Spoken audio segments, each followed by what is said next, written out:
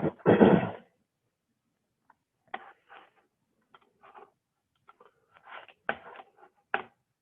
guys can start with some questions. So if I'm looking off to the other side, it's because I've got another screen up with the notes from this section. So yeah, any questions you guys have about the format of the exam or anything like that before we jump into the actual material? Yeah, could you go over the format of the exam, please? Sure, Cole. Yeah, it's very similar to last time, where you're going to have some kind of normal multiple choice questions, like some true and false, some multiple choice, and a lot of those. There's going to be some more images this time, right? So you're going to have images of those histology slides, and just like those questions I asked at the start of class on Monday, it could just be which tissue is this, right? Or you could have a bunch of tissues like A through E, and they could say what is the tissue in E, right? And then you have a multiple choice options there to choose which one it is. Or more likely it would be something like which tissue of the ones you have there, A through E, would be the one you find in intervertebral discs or something like that, right? So you need to identify it first and then know where to find it, or where it's located in the body, or it could be one having to do with function, right? Which of the slides below is a tissue that is smooth yet rigid and flexible or something like that, and what are the functions of one of the tissues that you need to know. So that would be kind of a group there. And then there'll be kind of some of the paragraph hybrid type questions as well, as there always are, around 20 to 30 points of that. So yeah, that's pretty much the format. Thank you. Yep.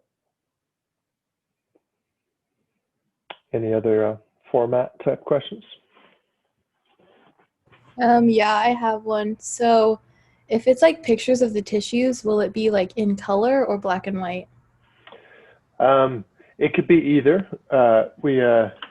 It used to always be just black and white when I used paper exams up until last year. Then I switched over to Canvas exams, and so yeah, I tend to use more color ones now because it's possible. It was too much to print all the exams in color before, but now I do tend to use some more color ones. But you do want to be familiar with both. It could be color or black and white. Okay, thank you. Yeah. Are the pictures going to look like the book or the notes? It could be either one. I don't typically use the same images that you already have in the book or the notes. So I try to use images that you haven't seen yet, but they're obviously very similar to the ones in the book or the notes. But I try not to use the exact same images. And you do have access to a bunch more images on Master in A&P in that practice anatomy lab place, that same place that you probably use to study the bones. There's also histology images there as well, so you can hop in there and that's another good place to study. Also, just Google image, right? You can just Google stuff, and that's honestly where I find most of the images I use for the quizzes and exams. So there's tons of places just to find pictures to practice with out there.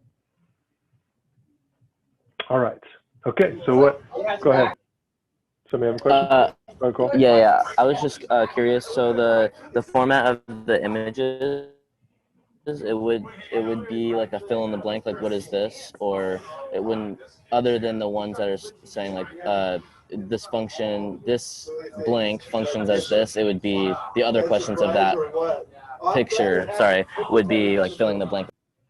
Yeah, not necessarily fill in the blank, more of multiple choice in general. The fill in the blank stuff would be, there's other types of questions for the hybrids. Is in the first section we've got the DNA or the like sex-linked trait stuff that was in the first notes from this section, which is the second one on heredity. So that would be some of the fill in the blank stuff. Also, just being able to do fill in the blank about the tissues, like knowing their functions, each tissue's function and location. So there could be a little bit of that, but that wouldn't be one that was picture-based. The picture-based ones would be more multiple choice. Thank you so much. Yeah. Okay, what do we got for topics you guys want me to talk about or answer questions on? Could you go with the crossing over again? Crossing over, yeah, for sure. Yeah, so let me pull that up here. So yeah, let me share my screen from my computer.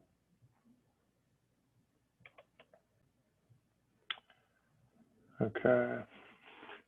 Yeah, so the crossing over, this slide here, slide 14 of this. So this is the first section of notes, or the first part of the notes for this section, PowerPoint number 1. And it, yeah, so it's just this idea that when chromosomes come up next to each other, they have the opportunity to actually kind of tangle up a little bit and actually sometimes kind of swap genes. And so swap some of those, swap some of the DNA.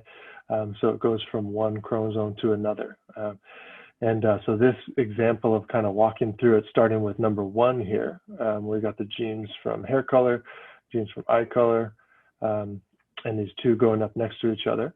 And then right here in this phase here, we have this kind of mixing that happens. The ones that are right next to each other can kind of swap. And so we see we end up with some green, some of the one from the green one is now over here, some one from the purple one is now over here.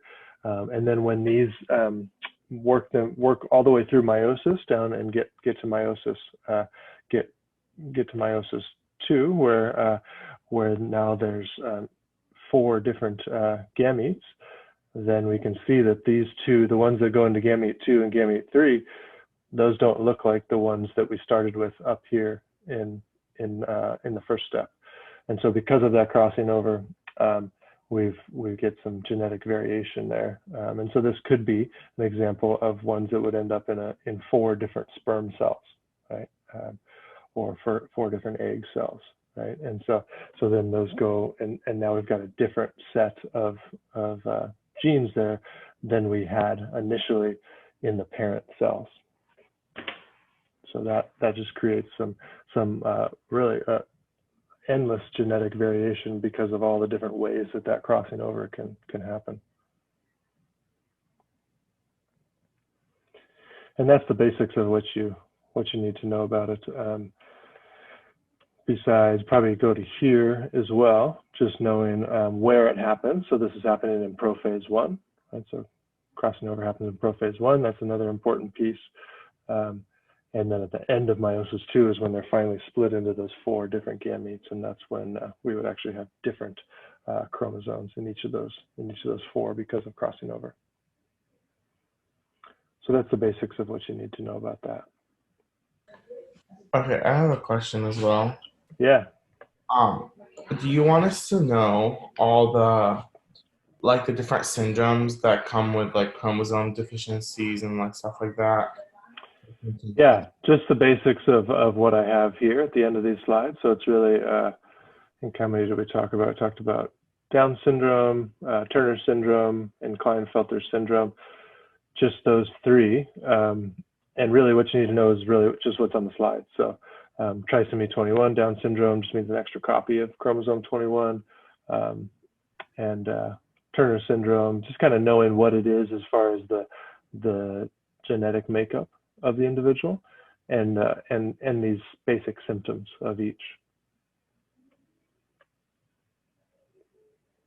Yeah.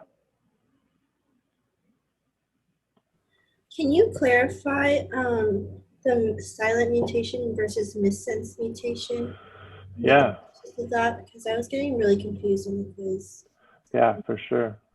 So silent mutation means, so it's probably easier to show you on this slide, on slide 16, that has the amino acid table. So a silent mutation would be a change in the DNA, right, that results in a change in the RNA, but the change in the RNA that happened is still within the same group of RNA triplets that produce the same amino acid. Right, so it could have been a DNA change that changed the RNA from this one here, from UCU to UCA, but you see that would still end up getting this amino acid, right? And so there's actually no functional change in the protein because the protein's the exact same. It ends up, so that's why it's silent, right? There's actually no change in the protein because you get the same one. Now with a missense mutation, it's different. We get a change in RNA or change in DNA, which produces a change in RNA, and then we get a different amino acid, right? So an example of that, if we go back to this table, would be if we change that UCU down to a CCU instead, right? And then instead of the serine amino acid, we get proline instead, right? So that amino acid shifts, and that's not, yeah. So then the protein changes, right? If we have a different amino acid, then the protein is going to be different. It's going to have different characteristics. The protein is going to fold in different ways, and so that's a missense mutation. And then a nonsense mutation is that we change the DNA, change the RNA, and then what that results in, if we go back to the table here, is we end up with a stop codon instead, right? And so if we end up with a stop codon, then that amino acid chain is cut short, right? So instead of getting an amino acid, it just stops. And so now we've got this short polypeptide chain. It's not the complete protein anymore, and that protein is not going to be functional.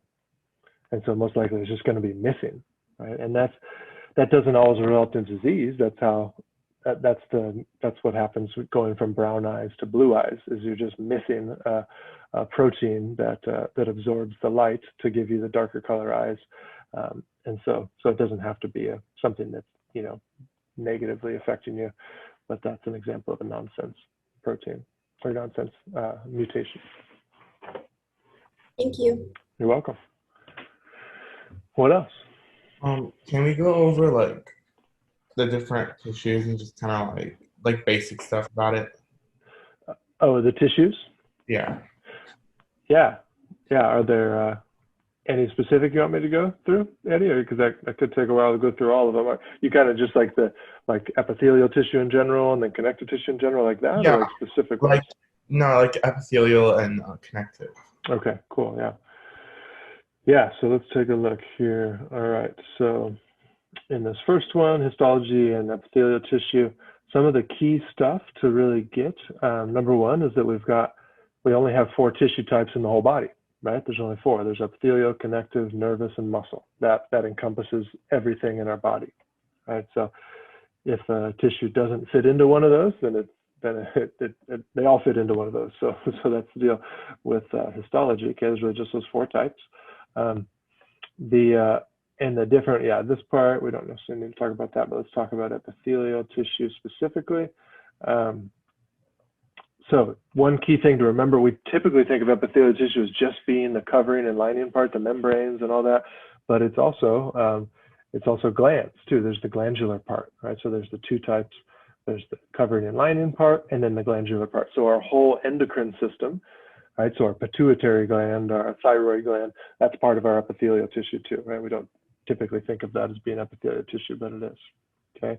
Definitely key to understand these special characteristics of epithelial tissue, right? So the cells are tightly packed, and that's a good place to compare and contrast versus connective tissue. The cells are very tightly packed. There's almost no extracellular space in epithelial tissue, whereas connective tissue is the complete opposite. It's almost all extracellular space and just a few cells scattered about, okay? So that's a key thing. These cells being polar in epithelial tissue is a key feature. We don't have that in other tissues.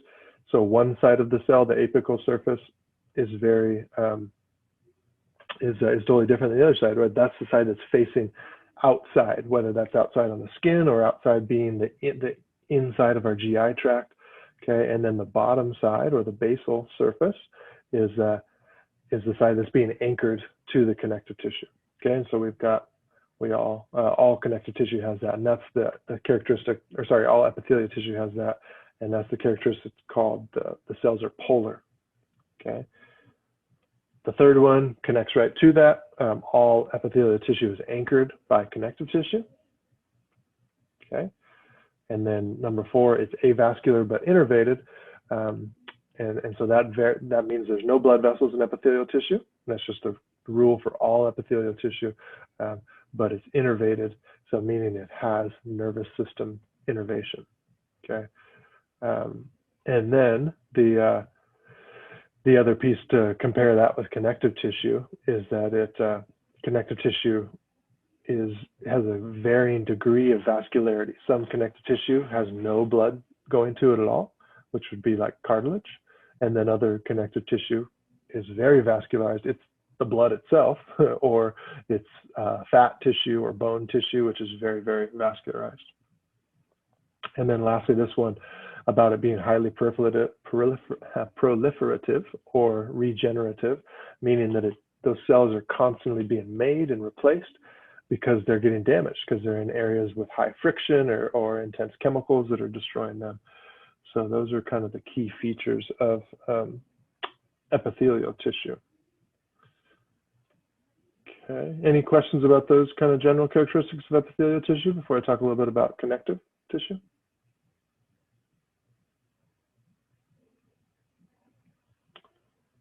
Okay, so connective tissue, some of the key stuff we talked about would be the functions here, the degrees of vascularity that I just talked about, and then the elements of connective tissue. All connective tissue has a certain type of fiber that's found in there, a certain type of fibrous proteins, and then it all has specific cells that we would find there, right? So if we find, for example, osteocytes, we know that's bone, right? If we find chondrocytes, we know that's cartilage, right? If we find adipocytes, adipocytes are fat cells, right? So we find those spread throughout, okay?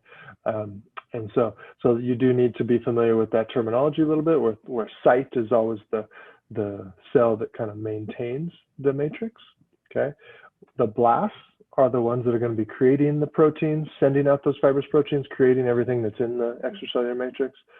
And in the case of bone, we have osteoblasts, but we also have osteoclasts, right? Osteoclasts are the ones that are going to be breaking down the bone. Yeah, so that's that one. Yeah, and so just being familiar with these different protein fiber types is important, right? So we've got collagen, elastic, and reticular fibers. So most of them have fibroblasts. Yes. Is that they just make the like fibers, or? Yeah, in general, and that's more of like the general types of connective tissue. So we don't see those necessarily as much in cartilage and bone and blood, but we would see those in more areolar connective tissue, reticular connective tissue. We would see those in like dense regular, dense irregular, those ones that are kind of just general connective tissue types. That's where we find the fibroblasts. But then when we get to a specific tissue like bone or cartilage, then the cells kind of have their own name, and they're very similar to the blasts to the fibroblasts, but instead now they're osteoblasts or chondroblasts. Thank you. Yeah. Yep. And so I always think about it as them like blasting out proteins into the area, like they're blasting the stuff out, they're sending it out, right? So yeah. Okay. And this is a good slide for you to kind of work through this.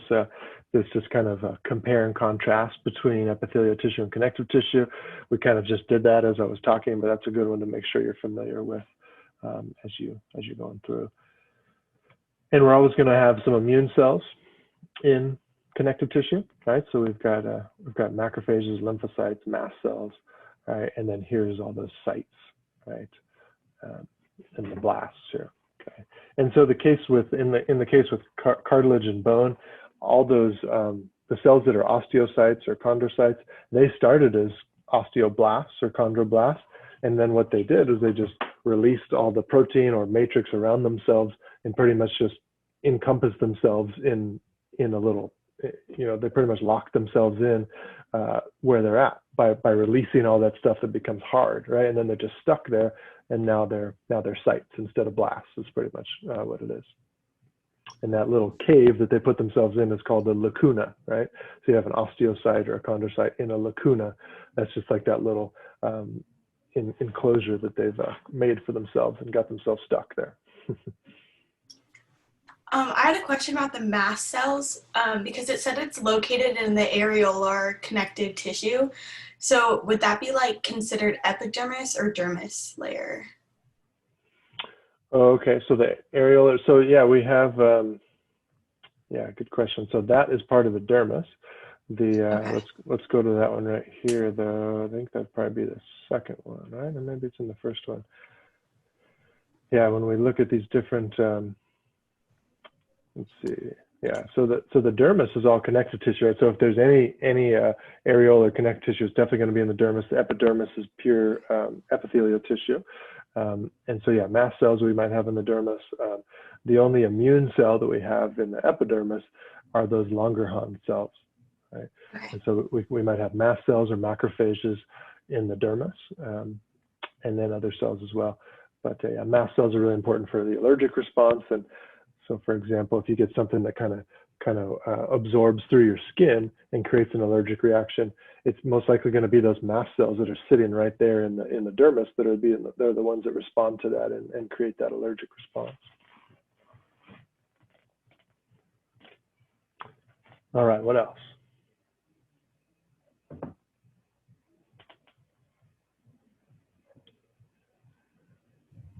Can you go over the difference between the American and holocrine secretion? Yeah, for sure. So let's see, I think that's back in this first one, right? Is that this one?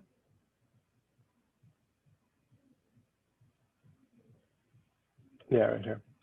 Yeah, so this example here is showing these are both glands, right? Both glands and epithelial tissue. This is the American one. What you can see there is just little vesicles that are full of the mucus or whatever it is that this gland is secreting, just going to the surface of that cell and doing normal exocytosis, just like the way a cell would release anything.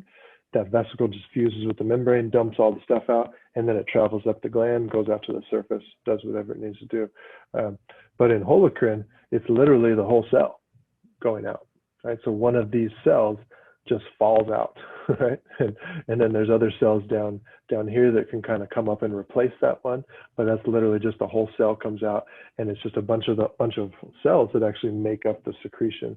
And so those tend to be much more lipid-based, much more fatty. Those are like our sebaceous oil glands, because remember, cells are covered in a lipid-based cell membrane. So it's everything in that cell is what's secreted.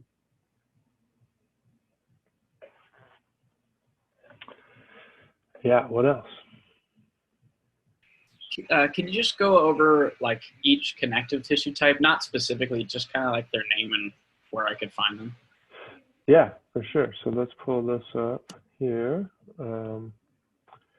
Yeah, so this first one is one you need to know. It's not necessarily a connective tissue type, but this is the stem cell line that produces all connective tissue. This one's called mesenchyme. Okay, and that one kind of has these like little star-shaped cells, almost look like sperm cells in a way. They have a kind of almost looking like little tail part, but that's really just some protein fibers there. So kind of two different versions of what mesenchyme can look like there.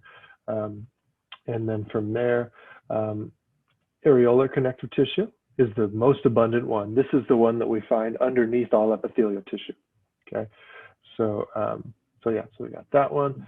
And then going from there, that one's also known as loose areolar connective tissue, which is kind of just another way to name it. Okay, adipose tissue is pretty easy to identify for the most part. The only one you might be able to get it confused with would be the simple squamous epithelial tissue, if you have a view of it like this. And this one is unique for connective tissue because it is mostly cells and not much extracellular matrix, right? But the thing about this is all the stuff that would be in the extracellular matrix is actually inside of the cells and fat cells. And so it just pushes the nucleus all the way to one side of the cell with all of those triglycerides on the inside of the cell. So that's adipose tissue. And then we get into reticular connective tissue. And so we got fibroblasts there. This is kind of known as kind of the packing tissue. This supports soft organs, or it is soft tissue for organs, and a bed for free blood cells. So places that are organs that help us deal with the blood, like the lymph nodes, the spleen, and bone marrow. This is where we're typically going to find this connective tissue. And then we get into the ones that are more refined in tendons and ligaments. And so we'd see dense regular connective tissue find that in tendons and ligaments. This one has a pretty distinct look.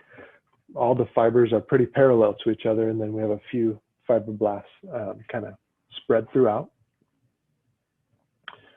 From there, we get to dense irregular. Dense irregular, we just have more of a wavy look in these, okay? And they're not quite as parallel to each other. This is fibers going all different directions, so it can withstand force and have tensile strength in multiple directions instead of just one.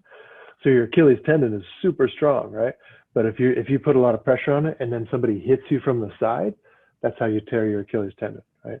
But if you got your shoulder back like this, it needs to be able to withstand force like this, as well as when it's down like this, like force, right? And it can do that because it's designed to withstand force in multiple directions, but your tendons are not, right? Your joint capsules are and your tendons are not. The one thing here that I wanted to note about this is this with dense irregular, this is the skin here, right? So this top layer is the epidermis, right? And then we have that papillary layer of the dermis that has the finger-like projections that stick up into the epidermis to give it a blood supply. And so that B part is that papillary layer. That's where we find the areolar connective tissue. And then down here in C, that's where we find the dense irregular. So there's really two different types of connective tissue in the dermis, right? The top part is the areolar, and then the part below that is the dense irregular connective tissue. Okay, and then we get into elastic connective tissue. And elastic has a pretty wavy look as well, somewhat similar to dense irregular, but the fibers tend to be darker. You don't tend to see the fibroblasts as much, and so that's kind of one of the ways we can see the difference. And if we look at these two slides here, you can see fibroblasts just a lot more in this one, which is dense irregular, whereas this one is that elastic connective tissue, and the fibers tend to be darker in the elastic connective tissue slides. Okay, and then we hop into cartilage, and cartilage is avascular, right? And no innervation, so neither blood supply or connected to the nervous system. Okay, hyaline cartilage is super common. It's on the end of all of our long bones. Creates our joints, right? All the interior surface of our joints are lined on both sides with hyaline cartilage, so it's super rigid, but also very, very smooth. Right, so allows for a nice surface for the bones to slide over each other when you're moving. Okay, also the whole embryonic skeleton is made up of this stuff. Okay, there's no bones really in the embryonic skeleton. It's just hyaline cartilage, and then here's all the locations. Lots of different locations for hyaline cartilage. It is our growth plates in our bones when they're still growing. Right. And it has kind of this clear / kind of translucent look to it in the slides. And you can definitely see a lot of chondrocytes in this. And they're in those little lacuna, right? Those little caves that they make for themselves and kind of close themselves in. Okay, and then we get to elastic cartilage. Elastic cartilage, again, we can see a lot of lacuna, looks somewhat similar to hyaline cartilage. The big difference is we see a lot of protein fibers within it too, right? You don't see these protein fibers throughout hyaline cartilage, and you do in the elastic cartilage. Same thing there, a little bit closer up, you can see those protein fibers very clearly. In the hyaline cartilage, it's very smooth looking. Okay, go ahead. Fibrocartilage is, again, you can see a lot of protein fibers in fibrocartilage. Less chondrocytes than we would see in either of the other two. Okay, more fibers because it's fibrous. It's very fibrous, right? So very dense, very thick, and more densely packed protein fibers in these few different versions of fibrocartilage here. And this one looks somewhat similar to hyaline cartilage, right? But those cells are a little bit more spread out, and definitely you can see more granularity to the fibers there than you could in the hyaline cartilage. So yeah. Okay, and that's really it for those. The other two are very obvious. The bone is very obvious to see what bone looks like, and then blood is very obvious to see what blood looks like. Thank you very much. Yeah, you're welcome, Caleb. What kind of cells are you finding in the elastic tissue? Elastic connective. Elastic connective tissue or elastic cartilage? Sorry, yeah, the connective tissue. Yeah, so that's going to be fibroblasts. Yeah, let's go Okay. back up to this one. But there's not really many there. You can't really see too many. If there were cells in that if you could see them, it would be fibroblasts. But that's not really a characteristic of elastic connective tissue that you can actually see the fibroblasts. Most of the slides you can't see any. Okay, thank you. Yeah. Okay, what else? While we're on elastic connective tissue, can you, where is like elastic connective tissue located? Where is like the cartilage located? Yeah, good question. And that's a great question, Kai, because students commonly mix those two up. So make sure to separate those in your head as you're studying the difference between elastic connective tissue versus elastic cartilage. Okay, elastic connective tissue, the only two locations you have to know are in lining two big tubes in the body. Okay, so it's either our large arteries like our aorta, okay, or the big bronchial tubes in our chest that go down to our lungs, right? And so both of those things need to be able to stretch a lot, but not just stretch, they need to be able to bounce back too, right? And so when we take a deep breath, we stretch out our bronchial tubes, but then we want to be able to let that stuff bounce back so it can help us push the air out when we expire. And same thing with our aorta. It needs to stretch when the heart pumps that blood into it, but then we want it to bounce back so it can push the blood along from the back and continue that high pressure flow that occurs. So that's happening all throughout our arteries, but big time in the aorta and in those large arteries. Okay, so that's the only two places you need to know the elastic connective tissue. It's in more places than that, but you don't need to know more than what's on the slides. And then on the elastic cartilage, there's only two locations as well. That's your ear as number one, and then your epiglottis. That's the thing that covers up your respiratory tract in your throat, right? So that goes right on top of your larynx, covers it up when you're swallowing, so no food or drink goes down into your respiratory tract. Okay, what else?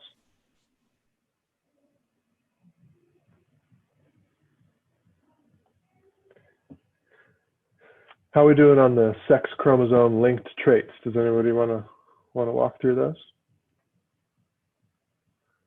It's similar to what we talked about with doing the Punnett squares from the last test, but it's a little bit different, right? So why don't I can share my iPad screen here because I've got an example that I worked through to be ready for that. So let me do that real quick.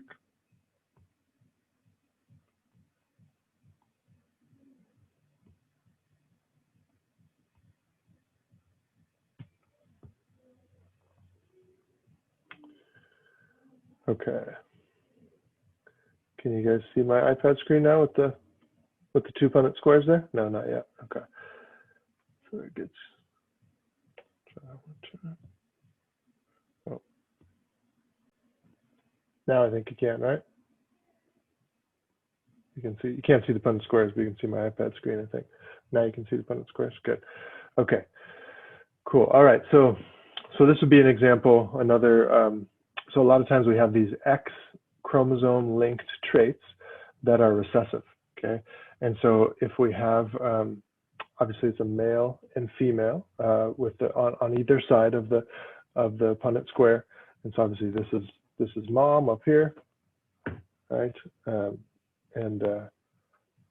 yeah, that's mom there, and then this is dad over here on this side, right? And so one classic example is color blindness, and this one applies directly to my family because both of my boys are colorblind, and it travels in my wife's family. So her grandpa's colorblind, most of her boy cousins are colorblind, but none of the girls are, right? And that's a perfect example of this. So pretty much, since I'm not colorblind, any boys that we had, well, since we know that Monique must be a carrier for colorblindness because she produced one that was colorblind, and I'm not colorblind, that pretty much means that our boys would have a 50-50 chance of being colorblind. And I'll show you why. This would be the exact match of my wife and I, actually. I didn't plan that out, but as I'm looking at it, it is, because she's a carrier for colorblindness. So she has this one small B there, right? And then the other one is not, so she's not colorblind. I'm not colorblind, so I would just have the capital B there, okay? In order for a female to be colorblind, they would have to have the small b or the recessive gene on both of their X's, right? That's not possible in this case because the only X that the dad has to give is the one with a capital B on it, right? So it's not possible to produce a colorblind female in this case, right? But there is a chance to produce a colorblind male, right? Because it only has to be on one. So if you produce a male in this case, then that means that the Y had to come from dad, right?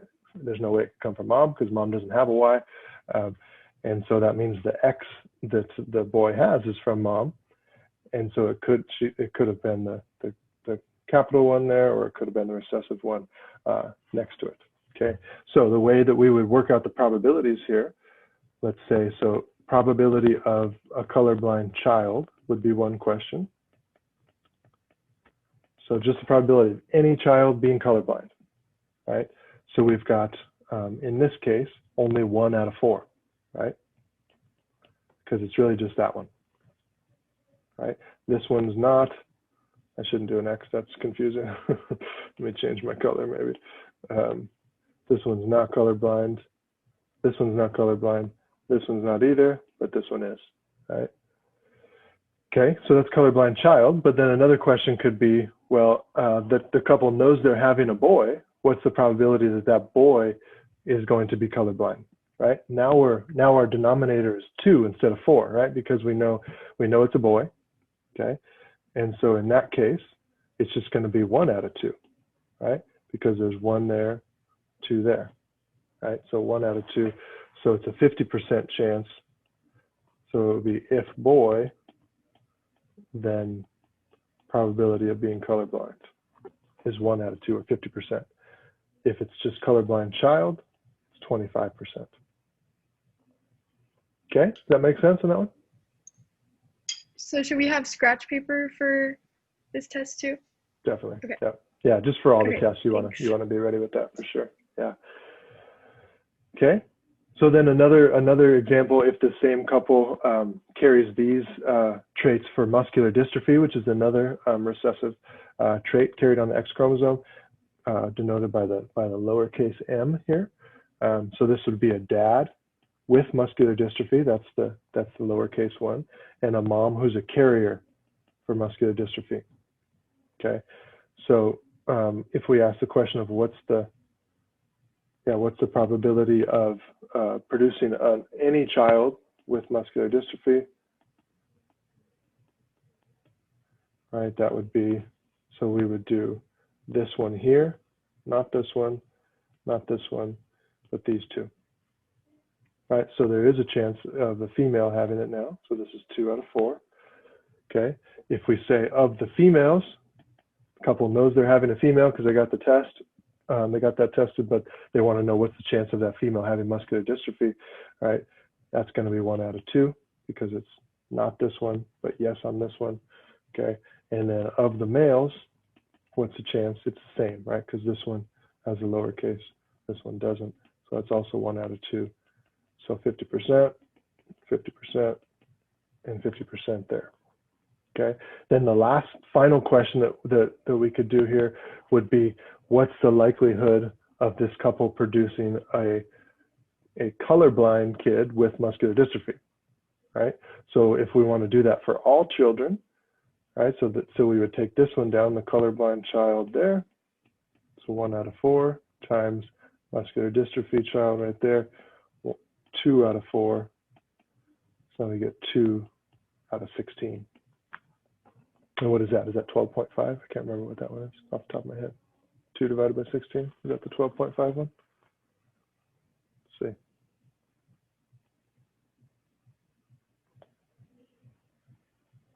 Yep, that's 12.5. Would that be different because it's just only a boy could have it? I'm just wondering. Like only a boy could have Yeah, I see what you're both saying. of them. Yeah. Yeah, I see what you're saying. We don't have to go to that depth for this class. You may have done that in genetics, but yeah, it's still 1 out of 4.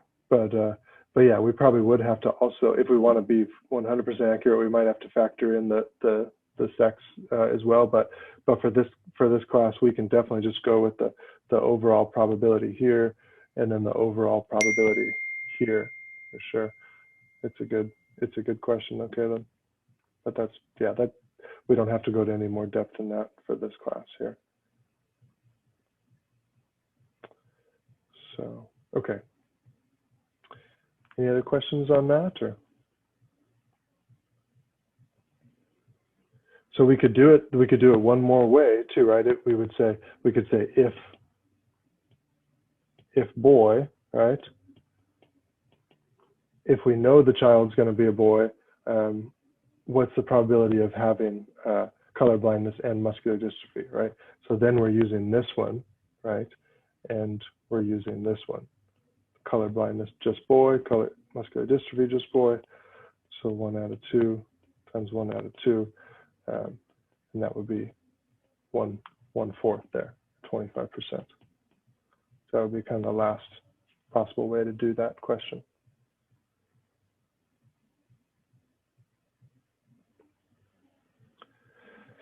Okay, what else we got?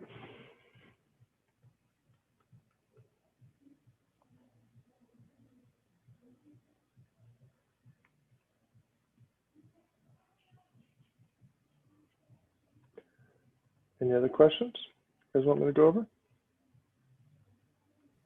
Could you go over the skin similarly to how you went over the tissues? Sure, yeah. Let me get back to, oof.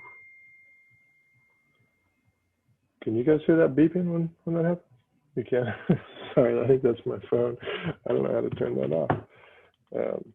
Yeah, sorry, I don't know how to mute that right now.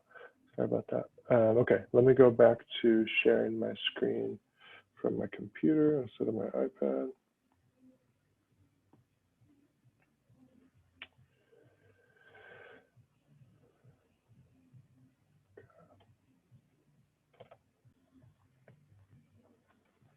All right, so the skin.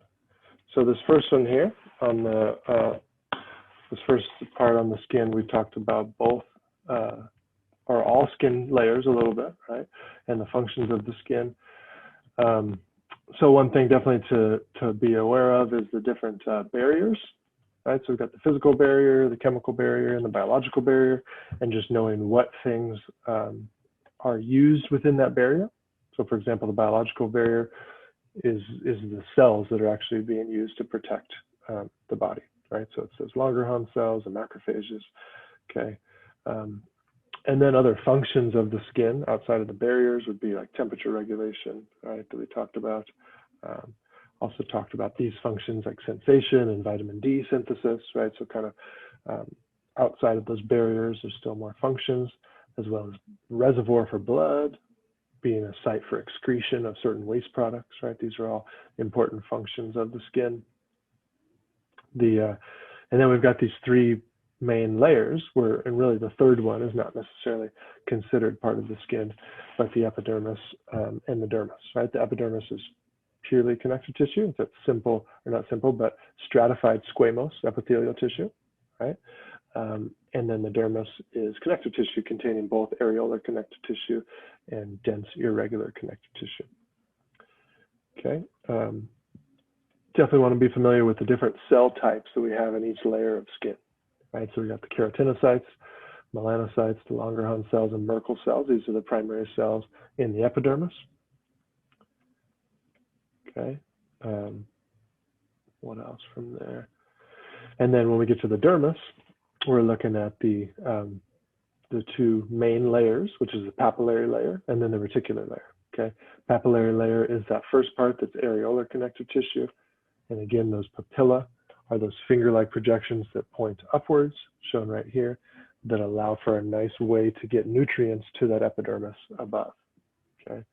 Dermal ridges we only find in thick skin, but that's what creates those our fingerprints and things like that. Okay, and then this part is always a little bit tricky, and that's why I put this in here. The reticular layer is that lower part of the dermis. It's not reticular connective tissue. It's dense irregular connective tissue. I don't know why they made that so confusing, but, but they did. And so dense irregular connective tissue is this part, whereas the papillary layer, which is areolar connective tissue, is this part that's right up next to the epidermis. Okay, 80% of our dermis is this reticular layer, so it's most of it by far. Okay, and then this piece about thick or thin skin is an important thing to look at, just to note the differences between the two. And so we've got an extra layer in thick skin that's not found in thin skin. And then all other layers in the epidermis are thicker, more papilla, and this is where we find the ridges, and this is the only place we would find calluses. Okay, so we don't have calluses in places that don't produce thick skin. Okay, so that's kind of for that first one. The second one, for the TBL day that we did here, this is mostly just those appendages, so it's not quite the same as looking at it in the tissues. Were there any questions about this one here?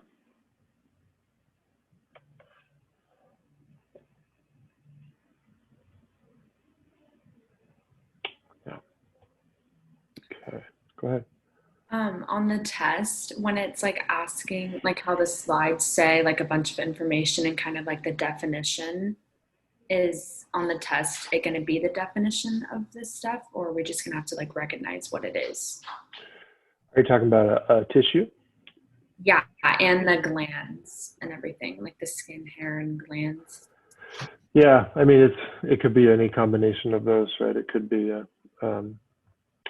yeah, it could be a definition. It could be that you see an image and then it asks you the function of it or something like that. You know, so you really just need to know everything that's on the slides. That's the key part in understanding that.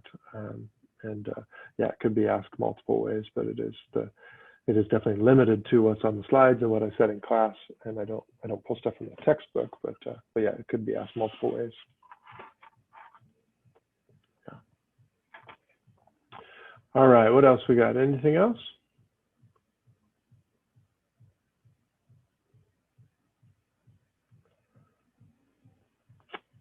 Okay. Well, we're almost out of time anyway. It's about 2:20. So if we don't have any other questions, then we can end it here. I'll give you one more chance to ask anything else if you got anything. All right, guys. Good to see you. And remember, for Friday, you don't need to get on Zoom. You're just gonna hop right into the exam at 1:30, and I'll be on my email if you're having any issues. You can let me know. But yeah, good luck. Study hard, and we'll see you guys next Monday.